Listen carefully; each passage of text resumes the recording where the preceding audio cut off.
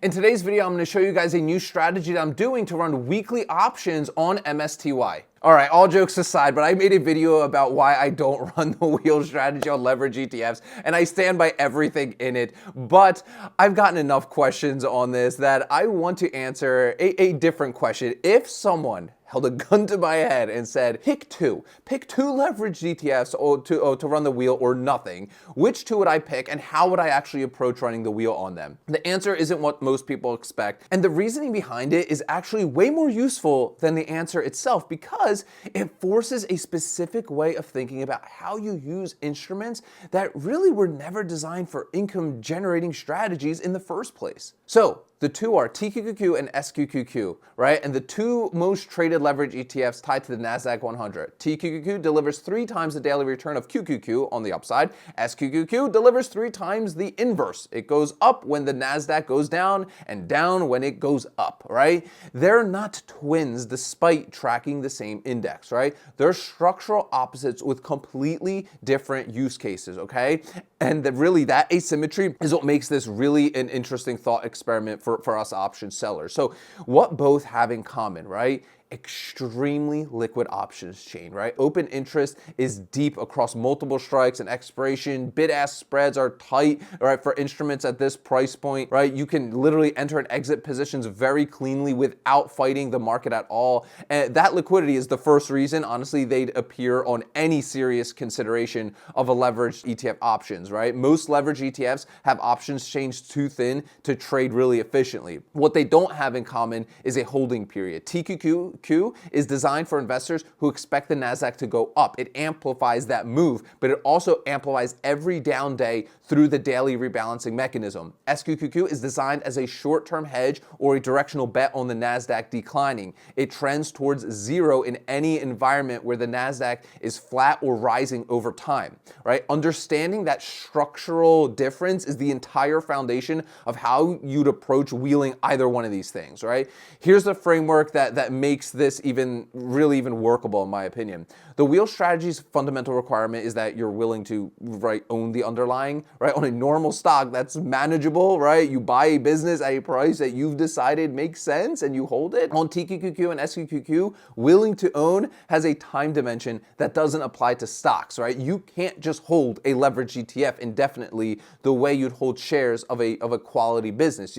That's not what it is, right? So the framework has to shift. Instead of would I be comfortable owning this for 12 to 18 months, like I like to say, the question now becomes, would I be comfortable owning this for 2 to 6 weeks if assigned while executing the covered call phase aggressively? If the answer to that narrower time frame is yes, the trade becomes a little bit more discussable, I guess. The second piece of the framework, though, position sizing has to be extreme. Whatever the right position size is for a normal, wheel strategy candidate, I cut it by 75% for TQQQ and you cut it even further for SQQQ. These are not positions you run in normal allocation. They're like satellite positions at the absolute margin of the portfolio. Literally small enough that a catastrophic move doesn't even impair the capital at all, right? With that framework in place, here's how each would actually work, okay? So let's talk about TQQQ, the bullish environment case, all right? So TQQQ makes the most sense as a wheel candidate in a specific market environment. When the NASDAQ has already pulled back significantly, IV is elevated, and you have a directional view that the index is oversold in the near term, okay?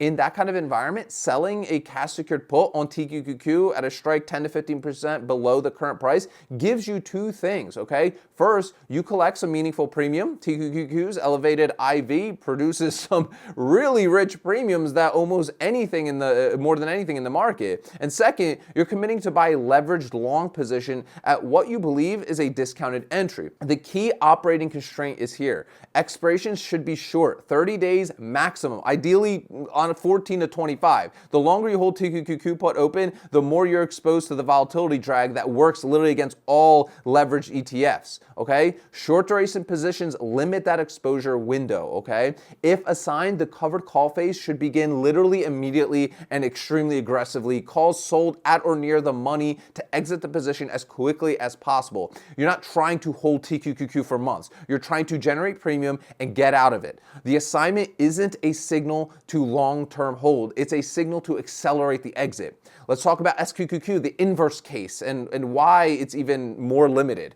right? SQQQ is harder to justify for the wheel, and the reason really is structural. An inverse leverage ETF trends towards zero in any environment where the underlying index is flat or rising. The Nasdaq's long-term trend has always been upward. That means holding SQQQ through an assignment, right, the covered call phase, exposes you to ongoing NAV erosion from daily rebalancing in addition to any market recovery. The covered call premium you're collecting is fighting an instrument that's literally structurally moving against you in the most likely outcome, okay? The only environment where running puts on SQQQ makes sense, in my opinion, is a confirmed NASDAQ downtrend, not a correction, not a short-term pullback, but a sustained bear market environment where the index is making lower highs and lower lows over weeks and months. In that environment, selling puts on SQQQ at a strike below current price and accepting a potential assignment into a declining NASDAQ acts as a partial hedge against losses elsewhere in your portfolio. But the discipline required is even stricter than TQQQ, okay? Strike prices must be well below current market, expiration must be short, and if assigned, you're looking for the fastest possible exit at any covered call strike that generates enough premium to make the position worth managing. There is no thesis for holding SQQQ through a recovery, okay? There's just not. SQQQ is the riskier of the two for wheel strategy purposes, and it's only appropriate in a very narrow market environment that most investors aren't going to correctly identify in real time, okay? They're just not.